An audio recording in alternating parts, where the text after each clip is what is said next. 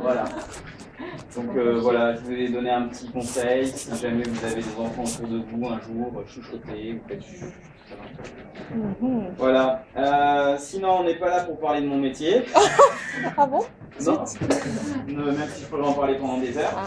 Non, vous souhaite vraiment la bienvenue. On va être vraiment bénis ce soir avec pasteur Sandra Picard qui va nous donner un enseignement. Donc, je vais vous encourager avec deux petites choses pratiques. L'une des premières choses, qui est vraiment très pratique, cette délicieuse boisson que vous avez pu commander, ce rafraîchissement que vous avez pris ou ce petit régal que vous avez mis dans votre ventre, il faudra vraiment penser à régler, s'il vous plaît, à la fin de cette soirée, parce que sinon, ça nous mettrait dans un embarras certain. D'accord ? Vous me comprenez bien ? Ah bah oui, clairement, oui. L'autre chose très pratique, c'est n'hésitez pas à prendre des petites notes, parce que vous allez justement vous allez être encouragé et c'est vraiment ce qu'on veut croire.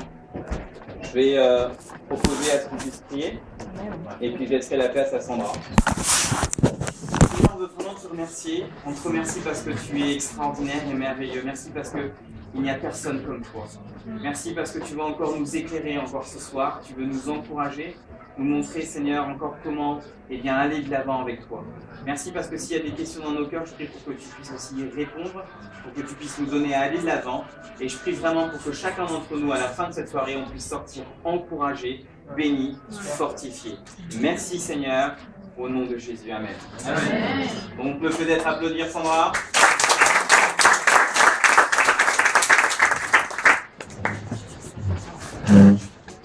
Bonsoir tout le monde, ça va bien? Super de vous voir aussi nombreux pour un mardi soir pour apprendre sur la foi, sur la prière, sur la Sainte Seine. On va aborder tous ces thèmes ce soir et aussi la grâce de Dieu. Donc c'est un sacré programme et j'espère que vous allez sortir d'ici vraiment bénis et que vous aurez appris des choses. N'hésitez pas à poser des questions à la fin. Je m'organise un petit peu là. Voilà, c'est bon. Donc vous avez des pasteurs et des leaders, des volontaires à votre disposition à la fin pour poser des questions, donc n'hésitez pas. Alors ce soir on va parler de la foi, donc vous avez tous, je pense, ce petit manuel. On va aborder donc le troisième cours de ce petit module et à partir de la semaine prochaine on aura un nouveau livret avec les 3 prochains cours du prochain module. Ok, donc ça va être clôturé ce soir. Alors pour commencer la foi, on va étudier ce que c'est que la foi, pourquoi nous en avons besoin. Et pour commencer, je voudrais qu'on lise un verset qui est dans Éphésiens 1:16 qui dit ceci. Je ne cesse de dire ma reconnaissance à Dieu à votre sujet quand je fais mention de vous dans mes prières. C'est Paul qui parle aux Éphésiens. Je demande que Dieu, le Dieu de notre Seigneur Jésus-Christ, le Père qui possède la gloire, vous donne par son esprit sagesse et révélation pour que vous le connaissiez. Qu'il illumine ainsi votre intelligence, afin que vous compreniez en quoi consiste l'espérance à laquelle vous avez été appelés. On peut peut-être s'arrêter là, c'est un magnifique verset, et se concentrer. Je demande que le Dieu de notre Seigneur Jésus-Christ vous donne par son esprit sagesse et révélation pour que vous le connaissiez. Donc c'est très important de connaître Dieu pour pouvoir avoir la foi. Car on ne pourra jamais avoir une foi plus grande que notre connaissance de Dieu.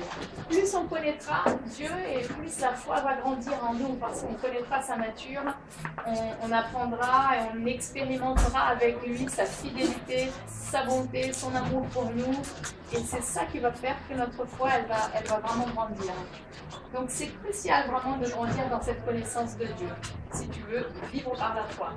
Alors peut-être que vous avez déjà entendu, en tant que chrétiens, nous sommes appelés à vivre par la foi et non par la vue. Pas par les circonstances, pas parce qu'on voit, mais vraiment à vivre par la foi. Et donc, là, on parle vraiment de la foi biblique, parce qu'il existe aussi une foi naturelle.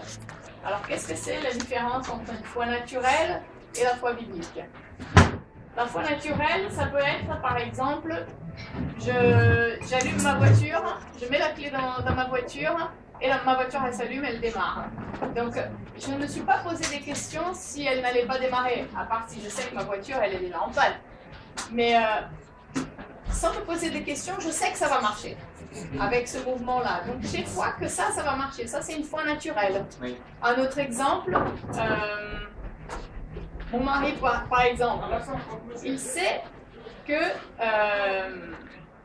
comme moi je le connais bien, donc plus tu connais la personne et les choses, plus tu connais la personne et plus tu as la foi en cette personne pour certaines choses.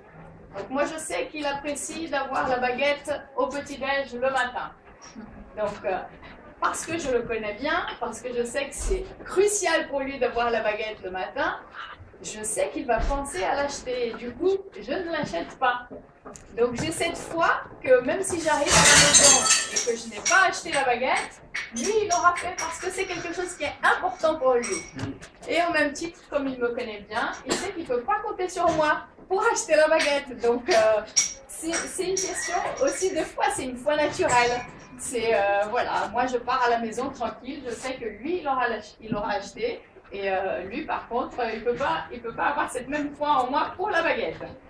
Enfin, bon, bref, on va pas parler de baguette. Je crois qu'il y aura la Sainte Seine à la fin, mais bon, on va y arriver. La foi biblique, c'est la foi où on se base sur la parole de Dieu, sur notre connaissance de la parole de Dieu, sur la vérité de la parole de Dieu. D'accord ? On fait confiance à la parole, on fait confiance à Dieu, et ça c'est la foi biblique.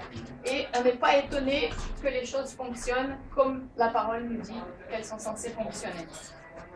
Nous nous attendons à ce que la parole de Dieu fonctionne parce que nous faisons confiance à Dieu.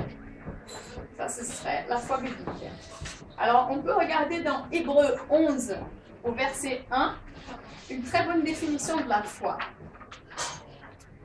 La foi est une ferme assurance des choses qu'on espère, une démonstration de celles qu'on ne voit pas. Donc la foi n'est pas basée sur les choses qu'on voit, la foi est basée sur justement l'invisible, sur les choses, la foi biblique est basée sur les choses qu'on espère vraiment. D'accord ? Et pourquoi avons-nous besoin de la foi ? Donc on peut regarder par exemple dans Romains 5 au verset 1 à 2. Puisque nous avons été déclarés justes en raison de notre foi, nous sommes en paix avec Dieu grâce à notre Seigneur Jésus-Christ. Donc premièrement, on voit cette notion d'être en paix. Quand on a la foi, on a cette assurance que les choses vont marcher comme on pense qu'elles vont marcher. Par exemple, on sait que Dieu, quand il a fait une promesse, quand on lit les promesses de Dieu pour nous dans la Bible, on croit qu'elles vont s'accomplir. On sait que Dieu est fidèle. Celui qui a promis est fidèle pour accomplir sa parole dans notre vie, accomplir ses promesses dans notre vie. Et donc on décide de croire et notre cœur il est en paix par rapport à ça. Parce qu'on se repose sur cette foi qui fait que, voilà, on a cette tranquillité, on sait que les choses vont arriver. Par exemple, je peux avoir...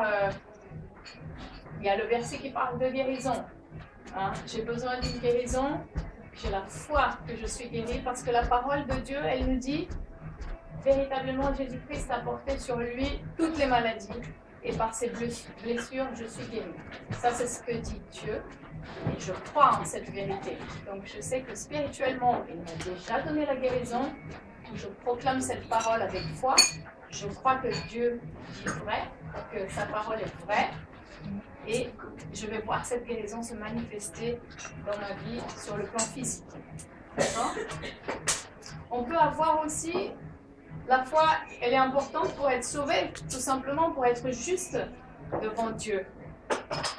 Dans Hébreux 11, 6, la parole de Dieu nous dit « Or, sans la foi, il est impossible de lui être agréable. » Non, c'est pas ce verset-là que je voulais prendre. Mais bon, celui-là, il est très bien aussi. On va en revenir après. Mais la parole nous dit, on est justifié par la foi. On est justifié par la foi et non pas par les œuvres. D'accord? Le juste vivra par la foi. Qu'est-ce que ça veut dire être justifié par la foi? On croit vraiment qu'on est sauvé à travers le sacrifice de Jésus-Christ à la croix. C'est lui qui a déjà tout accompli à la croix pour nous. C'est lui qui a payé pour nos péchés à la croix. Il a tout porté sur lui afin que nous puissions être sauvés. Ce n'est pas par nos œuvres que nous sommes sauvés. Ce n'est pas parce qu'on fait des bonnes œuvres qu'on va pouvoir gagner notre salut. C'est parce que Jésus a déjà payé le prix pour nous qu'on peut accéder au salut, qu'on peut être vraiment digne devant Dieu. On va aborder ce sujet un peu plus tard quand on parlera de la grâce. Mais la foi, elle joue un rôle clé dans notre salut. D'accord? On a besoin de la foi pour lui être agréable à Dieu. Tout simplement. Donc ça, c'est le verset que j'ai cité tout à l'heure. Or, sans la foi, il est impossible de lui être agréable. La parole dit, car celui qui s'approche de Dieu doit croire qu'il existe et qu'il récompense ceux qui le cherchent. Donc c'est difficile d'être agréable à Dieu si on n'a pas la foi. Comment on peut avoir une relation avec Dieu sans croire qu'il existe? Comment on peut trouver que Dieu est bon sans être sûr qu'il est vraiment bon et qu'il peut nous donner les meilleures choses, sans être sûr qu'il peut récompenser, qu'il peut nous donner les choses qu'il nous a promises? On a besoin de croire, on a besoin de cette foi pour croire. Et c'est ça qui nous rend agréables devant lui. Beaucoup plus que ce qu'on fait, beaucoup plus que les œuvres. Les bonnes œuvres, c'est bien. Il y a cette parole qui dit aussi la foi sans les œuvres est morte. Mais il ne faut pas qu'on pense aux œuvres pour être agréable à Dieu. Les bonnes œuvres sont une conséquence de notre révélation de l'amour de Dieu pour nous. C'est parce qu'on l'aime, parce que lui nous a aimés le premier, et parce qu'on a eu cette révélation de sa bonté, de sa majesté, de sa grandeur, de son salut, de tout ce qu'il a fait pour nous. C'est ça qui nous donne cette motivation pour faire les bonnes œuvres. C'est pas le contraire, ça marche pas dans l'autre sens. On fait pas les bonnes œuvres pour que Dieu nous voit. Regardez, Seigneur, comment je suis bien. Regardez comment je mérite d'être sauvé. Je mérite d'être digne. Si on pense à ça, on n'est pas dans la grâce de Dieu.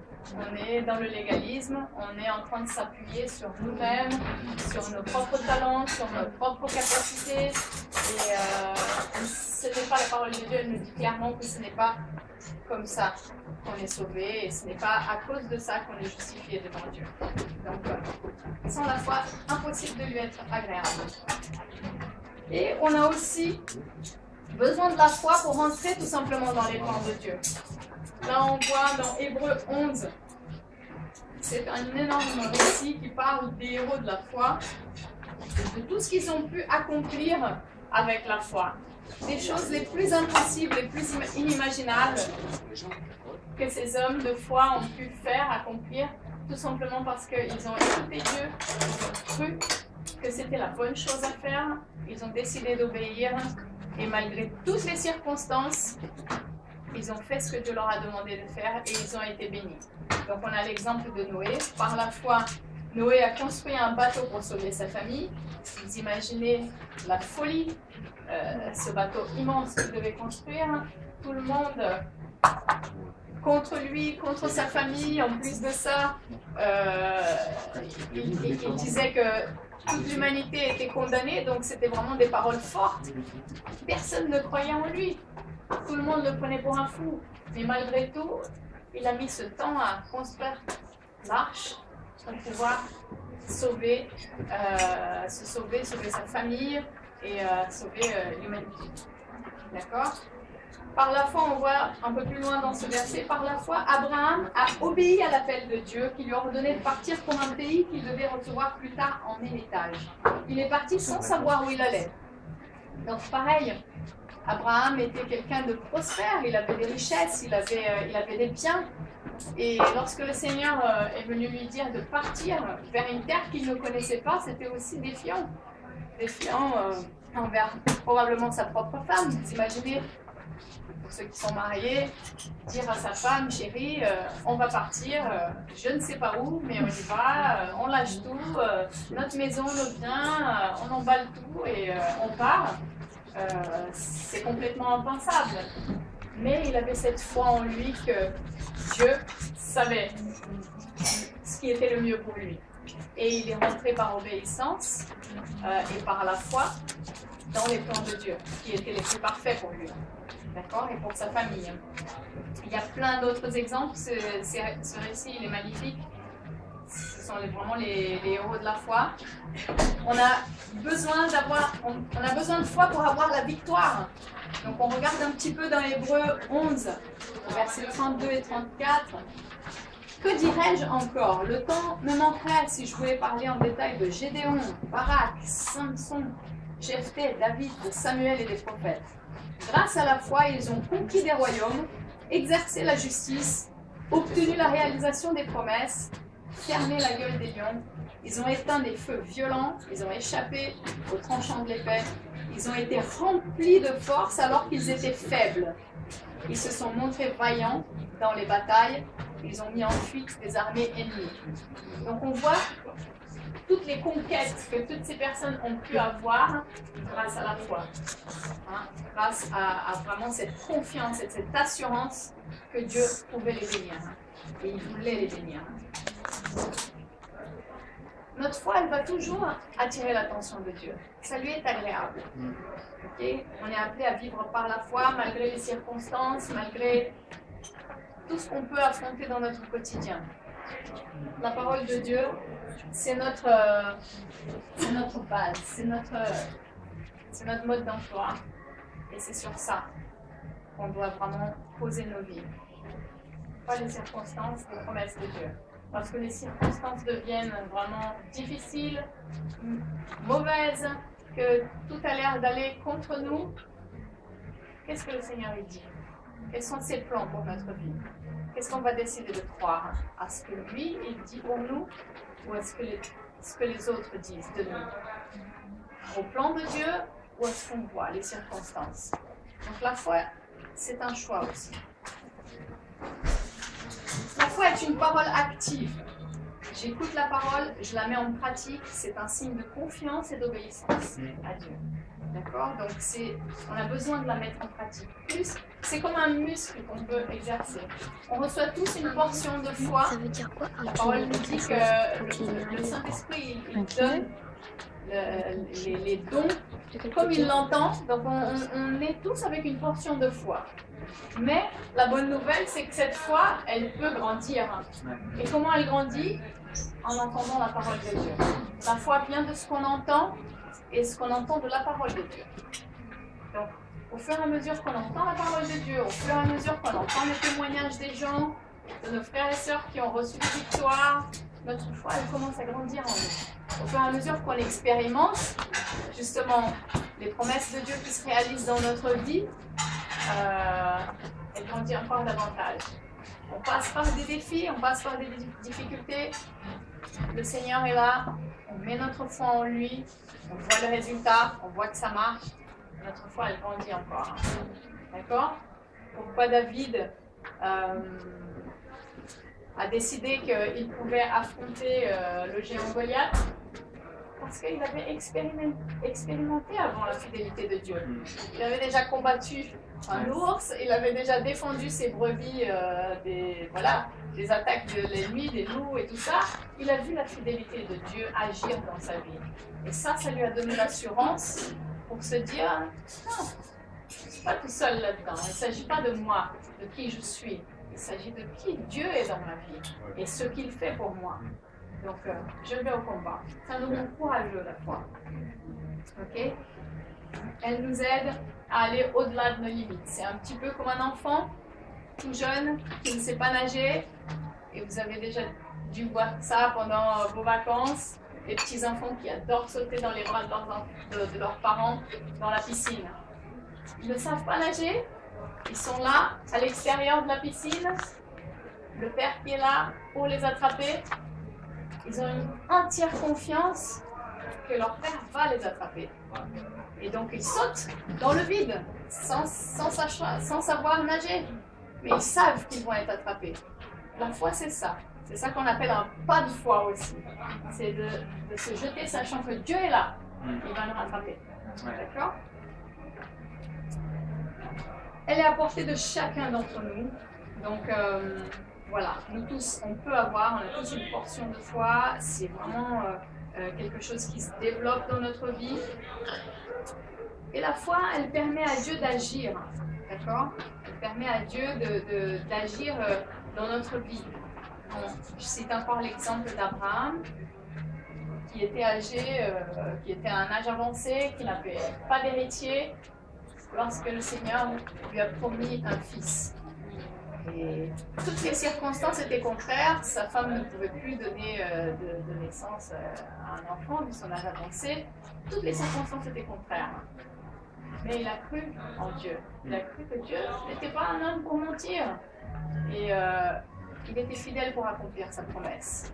Et donc, en croyant en Dieu, il a été béni. Il a eu son héritage, il a eu son fils, qui est né, le fils de la promesse, qui est né.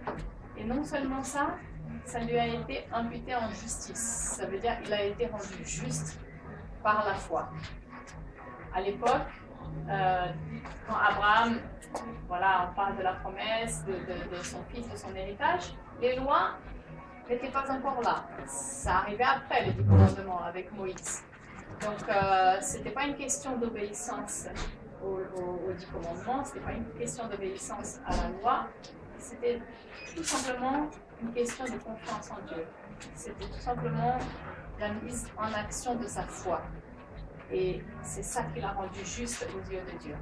Et non pas le fait qu'il ait accompli les 10 commandements ou que personne ne pouvait accomplir d'ailleurs. Voilà, qu'il était obéissant à la règle et qu'il ne commettait jamais aucune faute. Non, c'était sa foi qui était agréable à Dieu. C'est ça qui l'a rendu juste. Et la foi. Il y a un excellent livre sur la foi. Si vous avez l'occasion de le commander, c'est un livre que j'ai lu pendant ces vacances, Claude Wood, Augmenter notre foi. Seigneur, augmente notre foi, je crois qu'il s'appelle en français. Et il est vraiment excellent ce livre parce qu'il parle de 7 dimensions de la foi pour les croyants modernes. Et il parle de 7 choses qui sont très intéressantes. La foi avec une vraie repentance, la foi qui vient d'une vraie repentance, la foi avec une résolution, donc avoir cette décision d'avoir la foi. La foi avec un refus, c'est-à-dire avoir suffisamment de foi pour refuser certaines choses dans notre vie qui ne sont pas bonnes et qui n'ont plus lieu d'être. La foi qui reconstruit, ça parle de quand tout s'écroule autour de nous et qu'il faut repartir presque à zéro. Donc on a besoin de foi pour pouvoir reconstruire des choses dans notre vie. La foi avec une révélation, la foi qui atteint son monde. On a besoin aussi de foi pour changer notre monde, d'aller vers celui qui est perdu, d'aller vers le sans-abri, de faire une vraie différence dans notre monde. On a besoin de foi pour ça.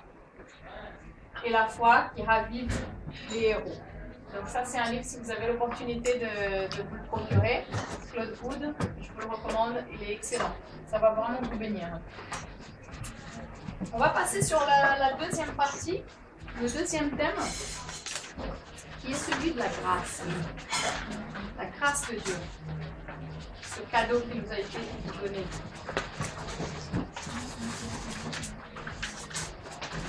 Alors, okay.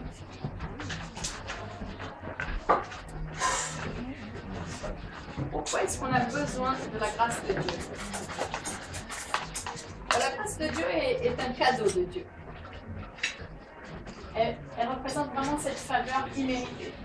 On sait que quand on vous fait un cadeau, on ne vous demande pas de payer le prix de ce cadeau. Quand on vous fait un cadeau d'anniversaire, vous ne payez pas pour ce cadeau.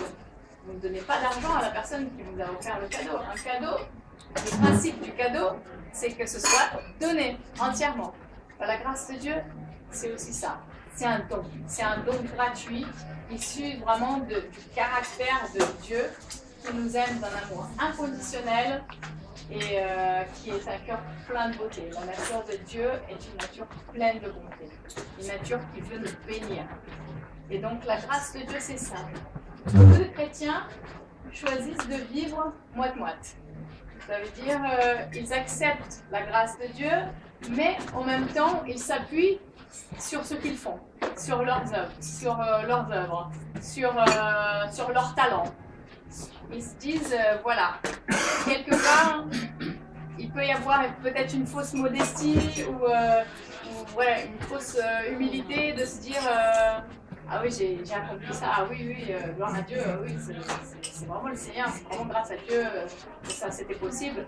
Mais au fond de nous, on se dit, quand même, bon, il faut dire que toute ma vie, je me suis entraînée pour faire ça, donc c'est quand même un peu normal que cette chose-là, elle ait marché, parce que bon, c'est quand même quelque chose, j'ai une certaine aisance pour le faire.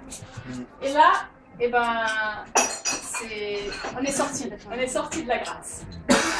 On s'appuie sur nos propres talents, on s'appuie sur nos propres connaissances. Et c'est pas que ce soit mauvais en soi, c'est-à-dire, Dieu nous a donné des talents, Dieu nous a donné des dons, qui sont là pour qu'on s'en serve, aussi bien pour nous, pour nous bénir, que pour bénir les autres. Mais c'est juste important de comprendre la différence entre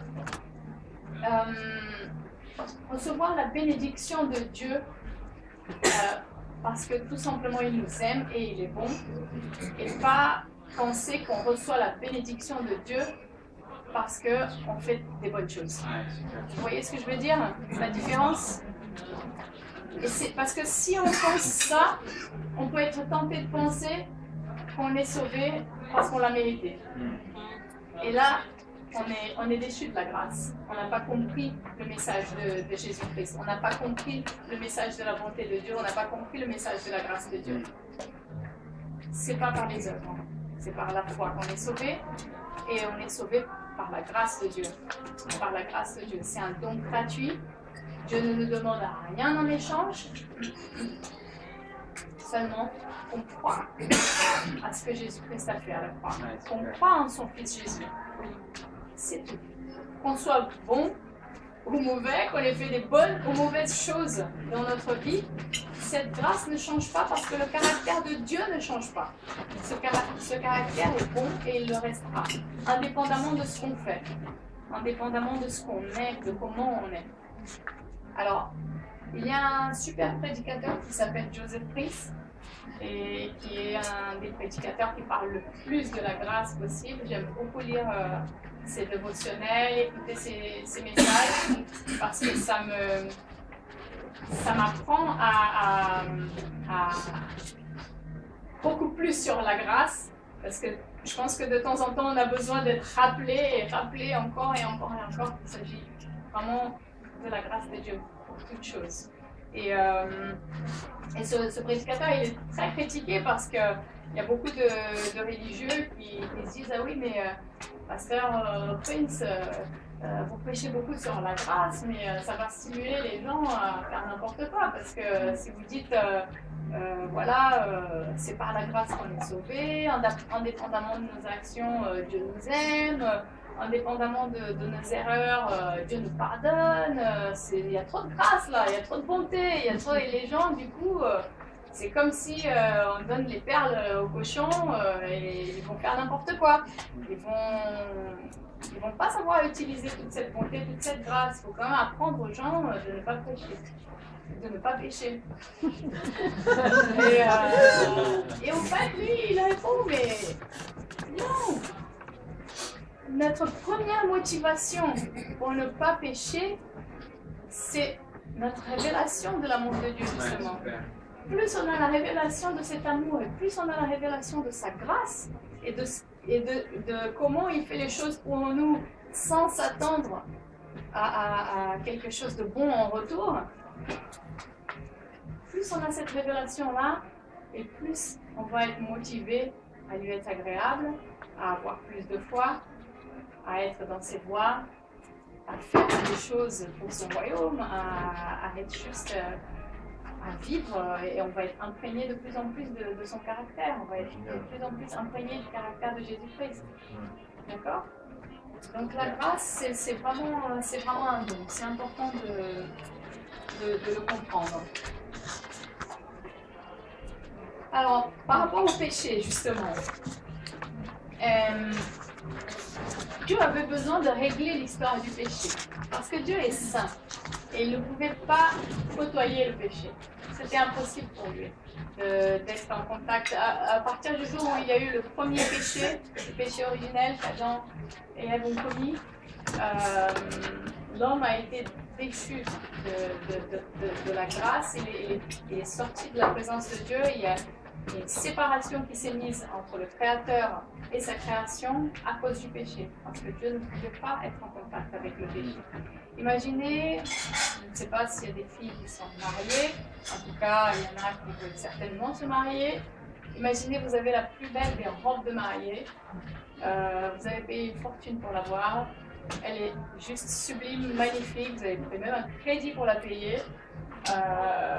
Et là, c'est le grand jour, vous êtes sublime, une vraie princesse, la robe toute blanche merveilleuse, vous vous apprêtez à rentrer à l'église, il y a la louange qui commence déjà à sonner, c'est un moment de grande joie et tout, vous êtes merveilleuse. Et il y a quelqu'un qui arrive avec une odeur nauséabonde, avec plein de déchets sur lui et de la boue sur lui, et il veut vous faire un grand câlin à ce moment-là, juste avant d'entrer à l'église. Les photographes sont là, prêts pour prendre la photo. La louange qui est là, vous êtes prêts à rentrer dans l'église. Le marié, l'époux qui attend. Qu'est-ce que vous allez faire? Est-ce que vous allez prendre cette personne dans les bras? Est-ce que vous allez tâcher cette robe de mariée complètement? C'est impossible, c'est juste impossible, vous n'allez pas faire ça. C'est un exemple grossier, mais c'est pour dire que le péché pour Dieu, c'est vraiment, c'est juste pas possible. Il peut pas toucher au péché, il peut pas être en contact avec le péché, sa nature est sainte. D'accord? Et donc, pour régler l'histoire du péché, parce que Dieu voulait être en contact avec nous, il voulait être en relation avec nous, il voulait justement nous prendre dans les bras, il a envoyé son fils Jésus mourir à la croix pour nous. Et en mourant à la croix pour nous, en payant ce prix, en se donnant un sacrifice, qu'est-ce qui s'est passé? Il a pris sur lui tout le péché du monde, le péché de toute l'humanité, sur lui, sur son corps. La condamnation, elle est venue sur lui, la colère de Dieu, elle est venue sur lui. Et à ce moment-là, il y a eu un échange. Jésus a pris notre place à la croix et nous avons pris sa place à lui, sa place de juste devant Dieu, le Père. Sa place vraiment de parfait, sans péché, de saint, de juste, vraiment. Donc cet échange qu'il y a eu à la croix, ça veut dire que lorsque Jésus, quand vous acceptez le sacrifice de Jésus, il y a quelque chose qui se met entre toi et Dieu le Père, c'est Jésus-Christ. Et quand il nous voit vraiment, pas comme on est, mais il voit Jésus. Il voit Jésus. C'est comme s'il y avait entre nous quelqu'un. Il nous voit purifié, il nous voit sanctifié parce qu'il voit Jésus. Il y a Jésus entre nous. C'est comme un calque qui se met devant, c'est comme un filtre qui se met devant. Quand Dieu te voit, il voit Jésus. Super. Et c'est pour ça que vous pouvez venir pleinement dans la présence de Dieu. Il n'y a plus besoin de, comme dans les temps passés, d'offrir des sacrifices de sang, de bêtes, et que le grand prêtre devait offrir un sacrifice pour lui-même. Je ne sais pas si vous avez lu Lévitique, mais alors c'est énorme, tout le rituel des sacrifices qu'il y avait avant dans l'Ancien Testament, lors de l'Ancienne Alliance. C'était un énorme rituel pour pouvoir rester vraiment, accéder à la présence de Dieu, pour pouvoir accéder à être juste devant lui. Aujourd'hui, on n'a plus besoin de ça. On peut accéder librement grâce à Jésus. D'accord? Donc la grâce de Dieu est ce magnifique cadeau qui fait qu'on est juste aux yeux du Père. On est juste aux yeux du Père. On est complètement pardonné, on est complètement purifié, on est... Voilà.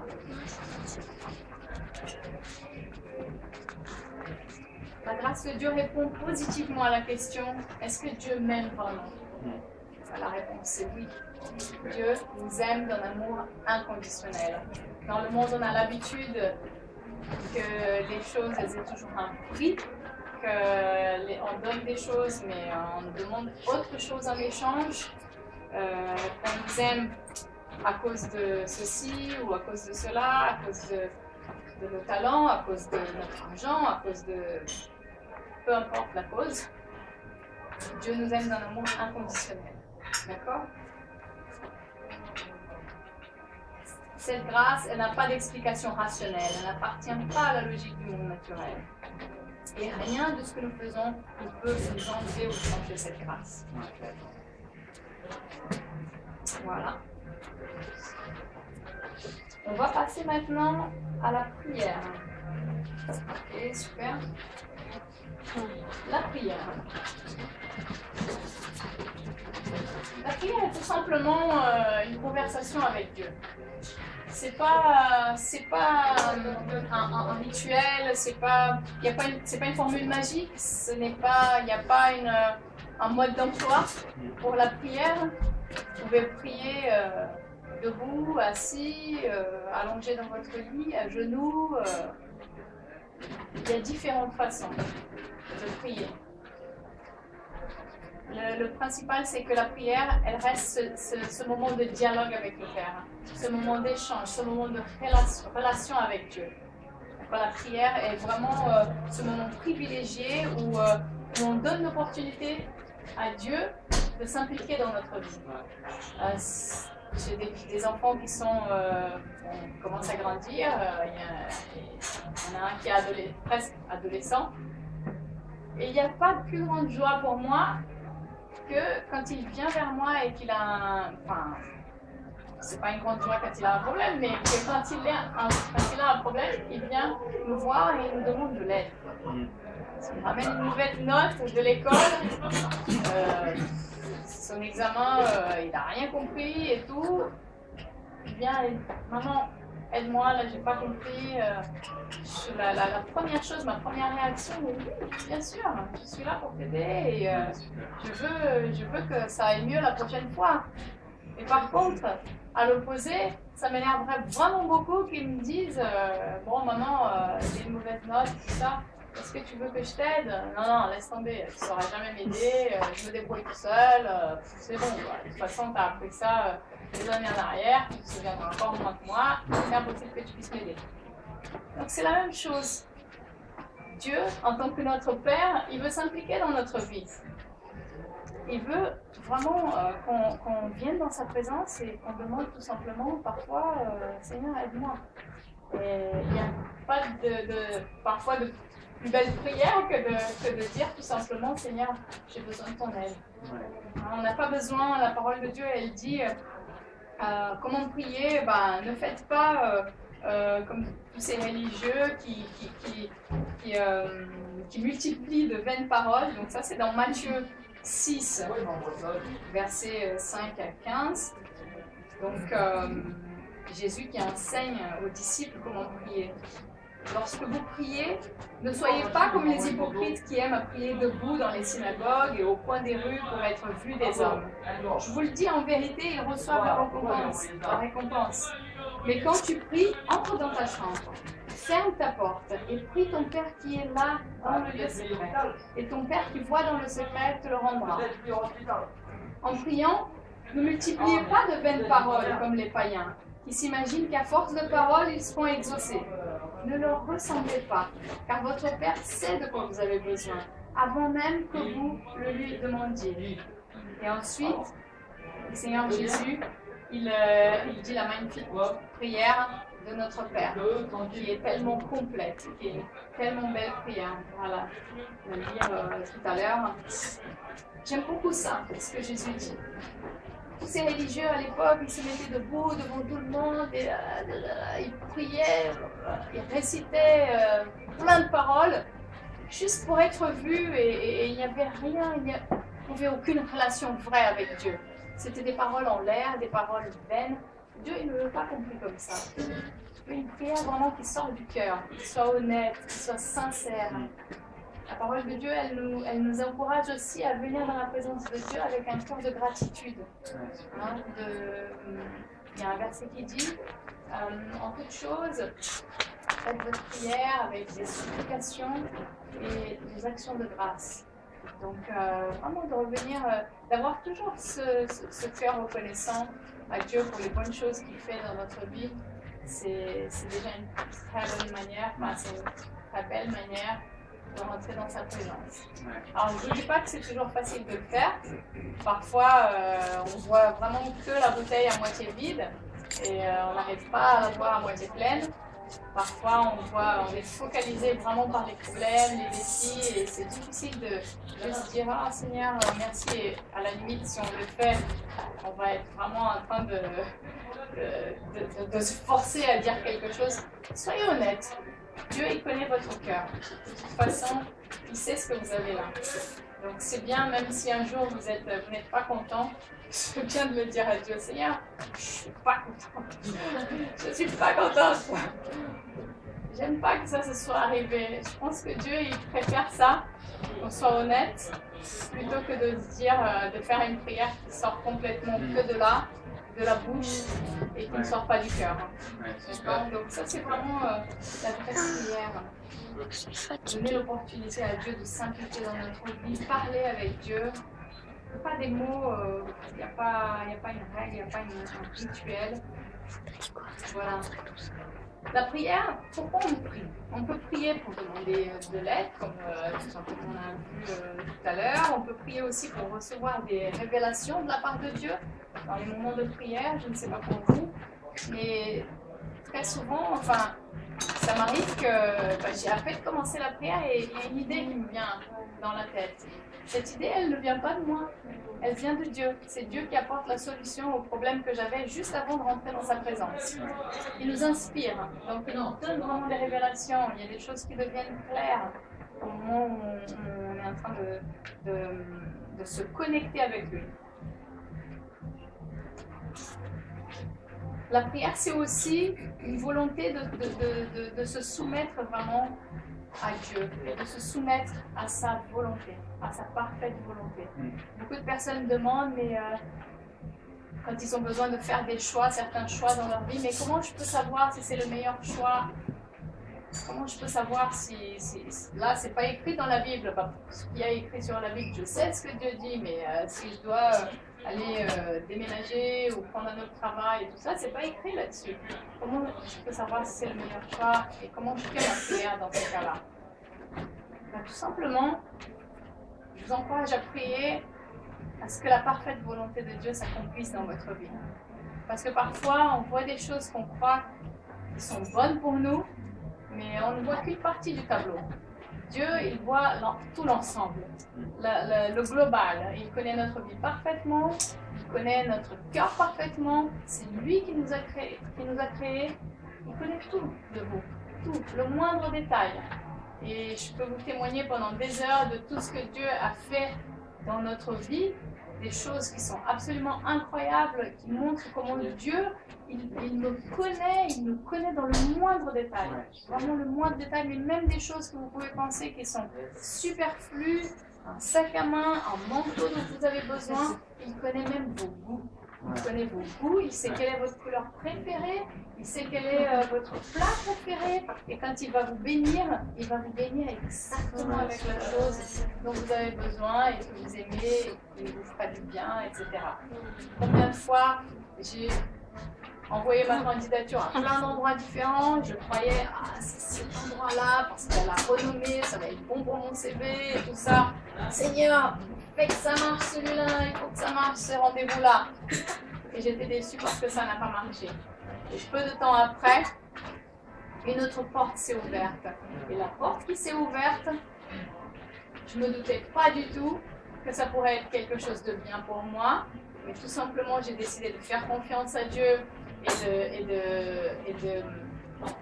de prier, Seigneur, que ta volonté se fasse et non pas la mienne, que ta parfaite volonté s'accomplisse et que ce soit toi qui fasses le meilleur choix pour ce poste. Et là, je suis rentrée vraiment dans une bénédiction incroyable, mais vraiment au détail près. Il y avait tous les éléments qui me correspondaient parfaitement et que seul Dieu pouvait savoir toutes ces choses-là. Une porte secrète qu'il va ouvrir comme ça. Donc, prions pour que vraiment la parfaite volonté de Dieu s'accomplisse. Voilà, la prière c'est croire et demander selon la parole de Dieu. Donc, c'est bien de prier aussi en s'appuyant sur la parole de Dieu, vraiment de prier en concordance avec ce que Dieu dit dans sa parole. On peut prier pour avoir des réponses. Voilà, on peut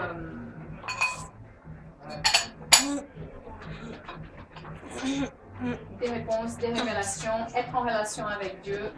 Voilà pourquoi on prie. On va finaliser donc dans le dernier petit quart d'heure, on va parler de la Sainte Seine. Qu'est-ce que c'est que la Sainte Seine? Est-ce que tout le monde sait ce que c'est que la Sainte Seine? Est-ce que tout le monde a déjà vu un moment de Sainte Seine à l'église? Donc c'est ce moment où dans notre église, on a le petit verre avec le jus de raisin qui est passé, qui symbolise vraiment le sang de Jésus, d'accord, et le pain qui passe, et le pain qui symbolise le corps de Jésus. Et pourquoi on prend la Sainte Seine? Jésus, avant de partir, il a pris la Sainte Seine avec les disciples et il a dit: faites ceci en mémoire de moi. Donc, remémorez ce moment jusqu'à ce que je revienne. Un jour, on sera dans la gloire, en train de manger ensemble avec Jésus-Christ. Ce sera la grosse fête au ciel. Ce sera un moment splendide. En attendant ce jour-là, on reprend la Sainte Seine pour se remémorer ce qu'il a fait pour nous. D'accord? Qu'est-ce qu'il a fait pour nous? Il a donné son sang à la croix, le sang qui représente la purification de nos péchés. Vous savez qu'avant, dans l'Ancien Testament, il y avait des sacrifices d'animaux qui étaient offerts à Dieu. D'accord, ils égorgeaient les animaux, il y avait aspersion de sang sur tous les ustensiles, sur le grand prêtre, le grand sacrificateur. Après. Donc c'était des rituels. Le sang, à l'époque de l'Ancienne Alliance, il était là pour purifier les gens, mais il n'avait pas le pouvoir de purifier vraiment les gens. Le péché restait juste sous la tolérance de Dieu. C'était comme si que, bon, la maison est sale, je passe un coup de balai et je mets tout sous le tapis. D'accord? Je mets tout sous le tapis. La maison, elle n'est pas vraiment propre, mais tout est sous le tapis. Si les invités arrivent, ils ne le verront pas. Bon, Dieu, il le voit quand même, parce qu'il voit, il voit partout, mais ça restait sous sa tolérance. Il fallait un sacrifice parfait. Un sacrifice parfait qui était celui de Jésus-Christ. Un homme qui a connu les souffrances comme nous, qui avait un cœur d'un homme qui a pu s'identifier avec nous parce qu'il a vécu en tant qu'homme sur cette terre. Donc il a vécu les souffrances, il a été humilié, il a été battu, il a été maltraité, il a été rejeté, il a eu des tribulations et il n'a jamais péché. C'est le seul qui a pu accomplir la loi. En fin de compte, la nouvelle alliance ne veut pas dire qu'on ignore complètement l'ancienne alliance. Ça ne veut pas dire qu'on efface toute la première partie de l'Ancien Testament et qu'on se dit « Ah non, c'est que ça qui compte ». Non. Il n'a pas effacé la loi. Il a accompli la loi. C'était le seul qui pouvait le faire. Parce qu'il était à la fois homme, mais il était à la fois Dieu. Et c'est pour ça qu'il a pu le faire. Donc il est venu résoudre l'histoire du péché pour nous. Donner son sang, le sang d'un pur. Vraiment le sang de quelqu'un qui n'a jamais commis de péché. Donc un sacrifice parfait. Ce sang qui a coulé à la croix symbolise notre pardon des péchés. Donc, lorsque vous buvez la Sainte Seine, vous pouvez penser à ça. Seigneur, merci. Merci d'avoir payé le prix. Aujourd'hui, je reçois ton pardon. Je sais que je suis pardonnée grâce à ton sacrifice. Grâce à ton sang qui a coulé à la croix. Je suis pardonnée. Donc, si vous avez des péchés qui vous viennent à la conscience, parfois les gens ils se disent ah non, je ne suis pas digne de prendre la Sainte Seine, j'ai beaucoup péché aujourd'hui, je me sens non, il vaut mieux pas que je la prenne. Au contraire, ça c'est l'ennemi qui essaye de vous enlever la bénédiction. Faites ceci en mémoire de moi. Rappelez-vous du sacrifice de Jésus, rappelez-vous qu'il vous a justifié, qu'il vous a pardonné et que grâce à son sacrifice vous êtes purifié. Donc, prenez la Sainte Seine. Le pain symbolise le corps de Jésus-Christ qui a été battu, meurtri. Et je ne sais pas pour vous, une fois ça m'est arrivé de regarder une baguette, on en revient, on commence avec la baguette, on finit avec la baguette. Et j'avais jamais remarqué que les coupes comme ça sur le pain, une fois m'ont vraiment rappelé le corps de Jésus qui a été vraiment coupé. Il a été vraiment tellement battu. Donc, vous imaginez cette masse, cette pâte de pain qui est battue, qui est tournée vraiment dans tous les sens. Et après, tac, les morceaux, vous ne mangerez plus jamais la baguette de la même façon. Et j'ai vu un jour, dans un pays, je ne me souviens plus où est-ce que c'était un pain qui s'appelait le sacristain. Et alors celui-là, il m'a fait vraiment penser au corps de Jésus, parce que non seulement il était coupé, mais il y avait des morceaux de trucs dessus, il avait des couleurs un peu rouge, avec marron et tout ça. Bon, c'est un peu lourd ce que je dis.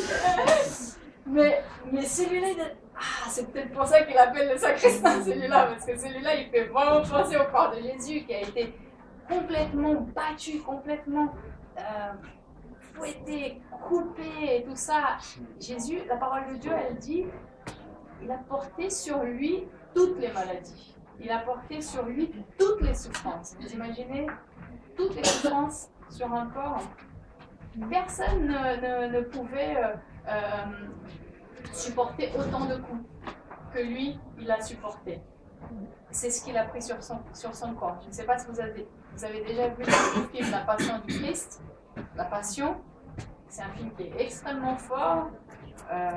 Voilà, je pense que le producteur, il a vraiment été inspiré du Saint-Esprit pour faire ça, et que jamais personne n'a osé montrer dans un film une souffrance aussi grande, peut-être pour ne pas choquer le public, mais je pense que ça ressemblait vraiment à ce que Jésus a pu subir comme souffrance. Et lorsque donc nous prenons le pain, c'est une bénédiction, on prend la guérison, on prend la santé parfaite. Il a pris sur son corps les blessures, les meurtrissures, les maladies, afin que nous soyons guéris. Ésaïe 53:5, véritablement il a porté sur lui toutes les maladies, par ses meurtrissures nous sommes guéris. Donc voilà, il y a eu cet échange à la croix. Aujourd'hui on peut accéder à la guérison, à la santé parfaite, à la santé divine même, parce que Jésus il a tout porté sur son corps. Exchange. Ce court exchange, c'est aussi, ça parle de cet échange qu'il y a eu à la croix entre Jésus et nous. Il a pris notre place afin qu'on puisse prendre la sienne. Donc la Sainte Seine, elle parle de tout ça. Quand vous prenez le pain de la Sainte Seine, remémorez ça. Remémorez, allez Seigneur, merci pour ma santé. Merci parce qu'aujourd'hui je prends ce pain, ton corps il a tout porté pour que je puisse être guéri moi. Que je puisse être vraiment en bonne santé, en parfaite santé, en parfaite forme. Prenez ça avec foi. Vous allez vraiment voir la parole de Dieu et se révéler dans votre vie, la puissance de Dieu se révéler dans votre vie à travers la Sainte Seine. On peut prendre la Sainte Seine dans un connect group. On peut prendre la Sainte Seine, on n'est pas obligé de prendre la Sainte Seine qu'à l'église.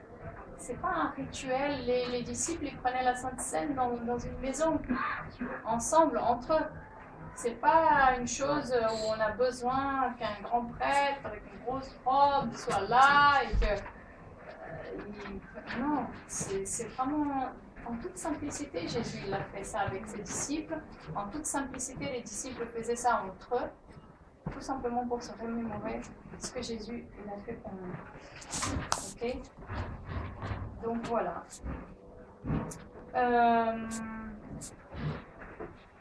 Et juste pour finir, je voulais parler aussi de ce pain parce que ce pain de la Sainte Seine, la parole de Dieu, elle dit que Jésus est le pain de vie.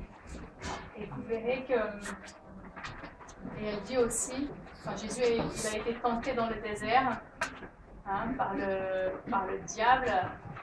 Il avait faim, il avait fait 40 jours de jeûne dans le désert et le diable vient pour le tenter, pour lui offrir à manger. Et il a dit, l'homme ne vivra pas seulement de pain, mais de toute parole qui sort de la bouche de Dieu. La parole, elle dit que Jésus-Christ est la parole de Dieu faite chair. Donc, ça veut dire qu'il a incarné la parole de Dieu. Quand il est venu sur terre, tout ce qui sortait de lui, c'était la parole de Dieu. Donc, il était la parole de Dieu incarnée. Dieu incarné et la parole de Dieu vraiment incarnée. Et je ne sais pas si vous avez déjà vu des gens, soit dans votre travail, dans votre entourage, qui sont un moulin à parole. Des gens qui n'arrêtent pas de parler. Tu as parfois du mal à voir la personne, tellement c'est juste des paroles, des paroles, des paroles, des paroles, des paroles, des paroles. C'est aussi peut-être un exemple grossier, mais Jésus, il était l'incarnation de la parole de Dieu. Et la parole de Dieu dit qu'on peut être rassasié de la parole de Dieu. On peut être rassasié d'une telle façon, notre esprit peut être rassasié d'une telle façon qu'on n'a presque plus faim. Je ne sais pas si vous avez déjà fait des jeûnes, si vous avez déjà expérimenté de faire des jeûnes. Le premier jour, on a très très faim. Et le deuxième jour, si on commence si on est là, si on lit la parole de Dieu, on est rassasié par cette parole. Et c'est incroyable comme on oublie même qu'on peut avoir faim parce que la parole nous rassasie. Donc quand vous prenez le pain de la Sainte Seine, pensez à ça aussi. C'est que Jésus est le pain de vie. Et ce pain de vie qui est à la fois c'est Jésus, la parole de Dieu, elle nous rassasie. Soyez rassasiés de sa présence, soyez remplis de sa présence dans votre vie. Recevez vraiment son corps et soyez fortifiés. D'accord ? Voilà. On va s'arrêter là et je me mets à votre disposition ainsi que tous les leaders pour des questions que vous puissiez avoir sur tous ces sujets qu'on a abordés ou d'autres de ce soir. Merci de votre attention et on se retrouve mardi prochain pour d'autres thèmes et un autre module d'exchange. Juste avant de... Est-ce qu'on peut déjà remercier Sandra, s'il vous plaît? Ouais.